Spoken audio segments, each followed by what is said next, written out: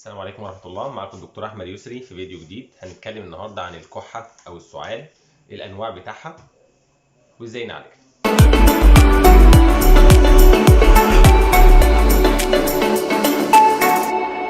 نبدأ على أول نوع من الكحة اللي هو الكحة الجافة أو السعال الجاف. يعني إيه سعال جاف؟ يعني ما بيطلعش معاه مادة النقاط أو البلغم الشعبي اللي بيبقى طالع مع الكحة. ده نوع من الكحة. وفي نوع تاني اللي هو الكحة البرودكتيف أو المصاحبة لوجود بلغم أو نقاط شعبي. الفرق بينهم كبير قوي، ولازم نبقى عارف انا هتعامل مع مين فيهم علشان خاطر اديله علاج المظبوط. طب مبدئيا كده، اذا انا اديت علاج للكحه الجافه او الكحه اللي ما فيهاش بلغم، واديت حاجه طارد البلغم، ايه اللي هيحصل؟ هيزود افراز البلغم علشان يطرد البلغم ده، وفي التالي يكون المحصله ان السعال هيزيد او الكحه هتزيد. طبعا الكحه ممكن توصل انها تعمل صداع في الدماغ بسبب الكحه الشديده قوي دي، وجع في البطن من تحت، او وجع في عضله الحجاب الحاجز بسبب الكحه الشديده دي. العكس بقى، ان لو انا اديت حاجه للسعال الجاف او الكحه الجافه، وكانت الكحه عند الحاله دي فيها مخاط شعبي او فيها بلغم، ايه اللي هيحصل؟ المخاط ده هيتحوش تحت في الرئه ويؤدي الى التهاب رئوي بعد كده، لان المخاط ده ميديا كويسه او وسط غذائي مناسب للبكتيريا او للفيروسات حتى.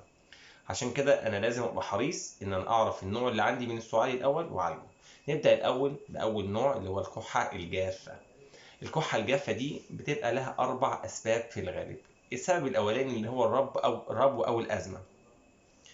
الناس اللي عندها أزمة أو عندها حساسية أو التهاب أو ضيق في قلب الشعب الهوائية اللي احنا بنسميه الأزمة. نتكلم عن تاني مسبب من مسببات السعال الجاف أو الكحة الجافة، اللي هو التليف الرئوي أو الإسكار أو التندب الرئوي. وجود نسيج ليفي موجود في الرئة نتيجة أمراض مزمنة. إذا زاد النسيج الليفي ده هيؤدي إلى تفاقم المشكلة وزيادة السعال الجاف. نتكلم على ثالث سبب انه يعمل السعال الجاف ده، وده سبب غريب شويه وممكن ان انا معرفوش خالص كمريض، ويكون هو سبب في قلب السعال الجاف ده، وهو ارتجاع المريء. يعني ايه ارتجاع المريء؟ العضله العصره اللي بتقفل المريء بتحكم المريء علشان خاطر حمض ال HCl اللي موجود في قلب المعده اللي مهم جدا لحياتنا ما يطلعش لفوق. لكن اذا في مشكله في العضله دي فبيحصل حاجه اسمها ارتجاع مريء، يعني ان الحمض اللي موجود في المعده بيطلع لفوق.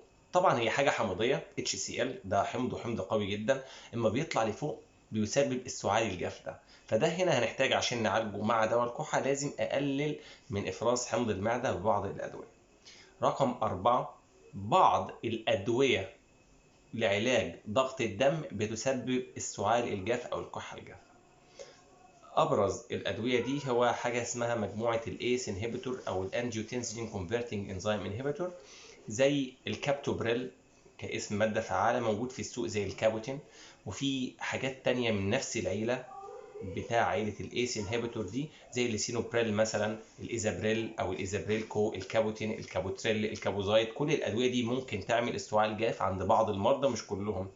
ممكن السعال ده يبدا بعد العلاج ده بايام، وممكن يبدا بعده بسنين. ففي الوقت ده لازم اروح للطبيب المختص بتاعي طبيب القلب عشان اغير علاج ضغط الدم ده، لان الكحه هتفضل ملازماني.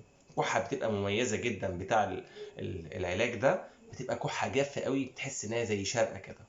طب نيجي للعلاج بتاع الكحة. إذا هي كحة جافة عادية، السوائل الدافية، وممكن مجرد إن أنا أشيل المسبب اللي مأثر لي في الكحة الجافة دي يحصل ريليف إن شاء الله، ويحصل علاج من غير ما اخد ادويه. لكن اذا انا محتاج ادويه لان الكحه زادت عليا قوي، فانا هحتاج ادويه لعلاج السعال الجاف.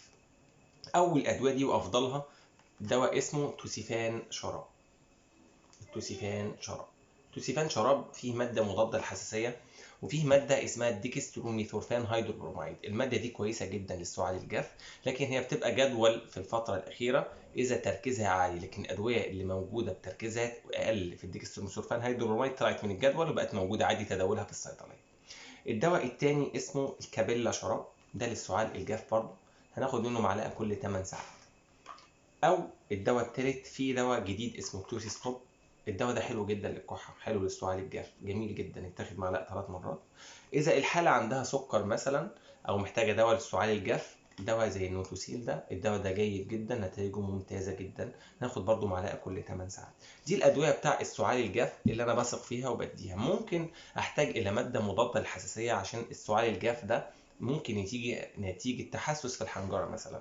ندي مضاد حساسية كمان زي الزرتك أقراص، هو كفاية أوي الزرتك، هيتاخد قرص كل 24 ساعة بعد الأكل، هيبقى جيد جدا. نيجي لتاني نوع دلوقتي نتكلم عليه، اللي هو السعال أو الكحة المصاحبة للبلغم أو مصاحبة لخروج مخاط. لازم ابص على اللون المخاط اللي طالع ده، اذا اللون مش اللون اللي هو الترانسبيرنت او الشفاف بتاع الميه، اللون اللي شبه الميه ده، لكن لو لقيت فيه تنج بني او اخضر يبقى فيه عدوى شديده، وده اول سبب او اول نوع من الانواع اللي بتعمل لي كحه فيها بلغم، اللي هو العدوى التنفسيه او عدوى في الجهاز التنفسي. العدوى الفيروسيه مثلا، دوار البرد، في بكتيريا ممكن تدخل للرئه، او الالتهاب الرئوي، الحاجات دي كلها بتعمل التهاب جوه الجهاز التنفسي ويؤدي الى خروج البلغم. طبعا البلغم ده ميديا زي ما قلنا او وسط مناسب جدا لنمو البكتيريا، فهو حلو جدا لها، فمش من مصلحتي ابدا ان يبقى موجود في الرئه، فانا بحتاج ان انا اطرد البلغم ده. تاني حاجه ان هو سائل موجود في الرئه، والرئه محتاجه هواء مش محتاجه سوائل جواها، يبقى برضه هيقلل لي من التنفس، يبقى انا محتاج ان انا اخلص من البلغم ده. في سبب تاني، احنا قلنا في 4 اسباب للكحه اللي فيها بلغم. السبب الاولاني العدوى بتاع الجهاز التنفسي. السبب الثاني اللي هو مرض اسمه الكونجستيف هارت فيلير او احتقان القلب، احتقان عضله القلب نتيجه ضعف في عضله القلب، فالمطلوب ان القلب ده يضخ دم بكميات كبيره، لكن للاسف بسبب ضعف العضله دي هيحصل مشكله، منها التسرب بتاع السوائل، بتدخل السوائل دي جوه الرئه فتؤدي الى الكحه المصاحبه للبلغم. انا هحتاج هنا طبيب قلب عشان يعالج لي الحاله دي. طبعا مش هيبقى العرض الوحيد هو الكحه اللي فيها بلغم، لا بالعكس، هيبقى فيه تورم خاصه في الساقين، تورم في الايدين، اعياء عام، ضعف عام، في حاجات كتيره جدا هتبقى مصاحبه للحاله دي. رقم 3 هو ال COPD او Chronic Obstructive Pulmonary Disease. الحالة دي بتبقى حالة كرونيك، يعني حالة ما بتجيش مرة واحدة، ده بيبقى التهاب أو مشاكل في قلب الرئة على مدار سنوات، بتبقى نتيجة حاجات كتيرة جدا أو تراكمات من كتيرة قوي من الداء أو من الأمراض اللي موجودة في الرئة. ممكن التدخين بيبقى سبب أصيل جدا إنه يعمل لي حالة الكرونيك أوبستراكتيف بالمونري ديزيز أو السي او بي دي ده. ممكن التدخين يعمل مشكلة انه يبوظ لي جزء من الرئة نتيجة السواد اللي موجود والتليفات اللي بتحصل نتيجة التدخين، وهنا هتلاقي فيه بلغم كتير قوي. فهنا انا بحتاج ان انا امشي المريض على حاجات كتيرة قوي، خاصة ان المريض ده لازم يبعد عن المسبب الرئيسي للسي او بي دي ده او الدخان، يا ريت يقلل الدخان. النوع الرابع اللي هو توسع القصبات اللي هي مسؤولة عن التنفس.